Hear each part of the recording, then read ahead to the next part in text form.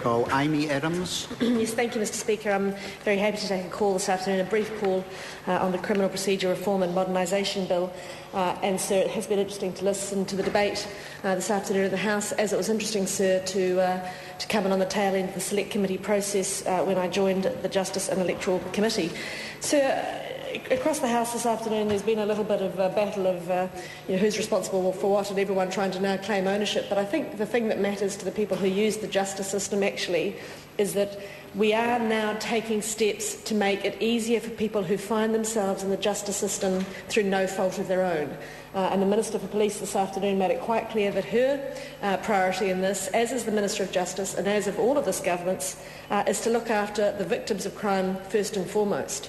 And so I didn't practice in the area of criminal law, other than some brief forays, but I can tell you, sir, from my experience with clients who have had experience in that field, that one of the most horrific aspects of the justice system for the victims involved in it is the just sheer delays and the fact that this lives in their head and owns their life for months after months after months. And it's not enough that whatever wrong it is that they were dealing with was done to them, but to have such delays and constantly in their heads without being able to get closure for such a long period of time is quite simply unacceptable. And as the Minister pointed out in his opening remarks, it has been over 50 years now since a government has sat down and had a ground-up review of how our criminal justice system works. Sir, it is long overdue, and the answer has never been to keep throwing money at a broken system and building more courthouses and trying to pump the cases through faster. There needs to be a comprehensive look, as there now has been, at how the system works and where we can get that delay, that complexity and that cost to all parties out of the system. What parts of the procedure are fundamentally important to the proper carriage of justice and what parts can be rethought. That's what this bill does. It's a comprehensive piece of work and it sits alongside our other key initiatives in the area, looking at things like the drivers of crime, things that I think we can all be proud have resulted in the reduction of crime across the country in the last year by more than 7%.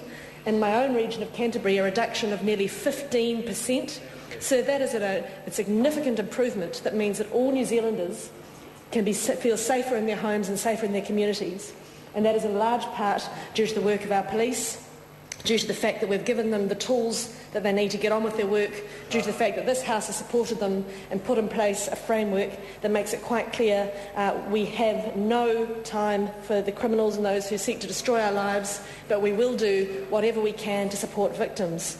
So the offender levy, similarly, put in place by this government, has required criminals to pay to help victims in their process through the courts. That, sir, has been staggeringly successful.